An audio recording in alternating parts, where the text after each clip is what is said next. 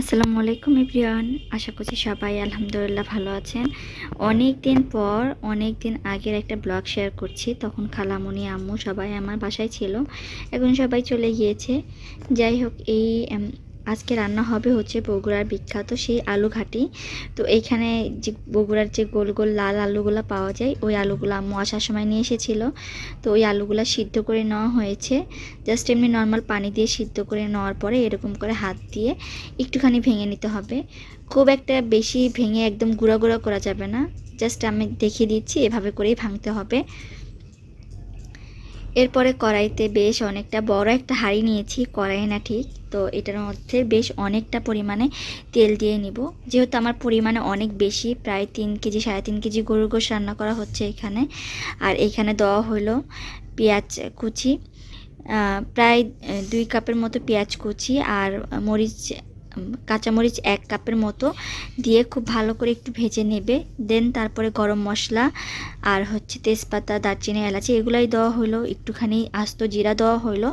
দেওয়ার পরে যখন একটু ভাজা হয়ে গিয়েছে তখন এটাতে পানি দিয়ে দিল হচ্ছে এখানে প্রায় 3 টেবিল চামচ আদা বাটা, 3 টেবিল চামচ রসুন বাটা, মরিচের গুঁড়া দিয়ে দিয়েছে পরিমাণ মতো। যেহেতু কাঁচামরিচটা দিয়েছে এই জন্য মরিচের গুঁড়াটা একটু বুঝে দিতে হবে। এখানে দিয়ে দিল জিরা গুঁড়া প্রায় 3-4 টেবিল চামচের মতো। এখানে ধনিয়া গুঁড়া দিয়েছে 2-3 টেবিল চামচের মতো, আর দিয়ে দিল হচ্ছে পরিমাণ মতো হলুদের গুঁড়া, দিয়ে দিচ্ছে পরিমাণ মতো লবণ। সব কিছু দিয়ে মশলাটা ভুনানোর পরে এখন দিয়ে দিল হচ্ছে গরুর গোশগুলা। আর গরুর গোশগুলা কিন্তু একদম হাড়, তেল, চর্বি সব মিক্স একসাথে থাকতে হবে, মাংস সব কিছু। এরপরে যে আলুগুলা ভেঙে নিয়েছিল সেই আলুগুলা খুব ভালো করে একটু পানি দিয়ে ভিজিয়ে নিল। এরপরে মাংসটা যখন 70%-এর মতো রান্না হয়ে গিয়েছে তখন হচ্ছে আলুগুলা দিয়ে দিয়েছে।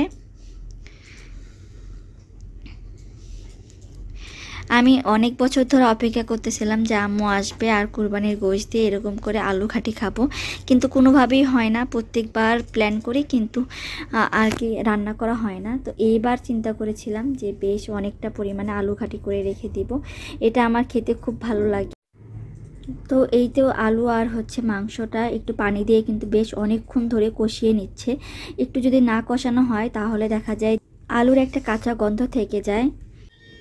বাকি যে 30% রান্না সেটা কিন্তু এই আলুর সাথে গোশটা রান্না হয়ে যাবে। এই তো বেশ অনেকক্ষণ ধরে এটা কষানোর পরে দেখেন আলুগুলা কেমন হয়ে গেছে, কিন্তু একদম কিন্তু আলুর ডাল হয়ে যায় নাই। যাই হোক, এরপরে হচ্ছে গরম পানি এখানে ঝোল হিসাবে দেওয়া হচ্ছে।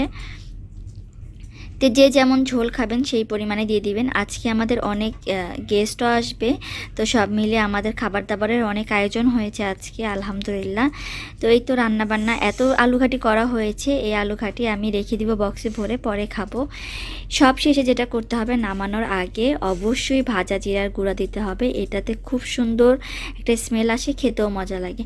আর অবশ্যই কিন্তু ঝালটা কাঁচামরিচ আর শুকনো মরিচ দুইটা মিলিয়ে দিতে হবে, তাহলে খেতে খুব মজা হয়। এই তো আলু ঘাটি রান্না হয়ে গিয়েছে, একটু দেখিয়ে দিচ্ছি এটা কেমন হয়েছে।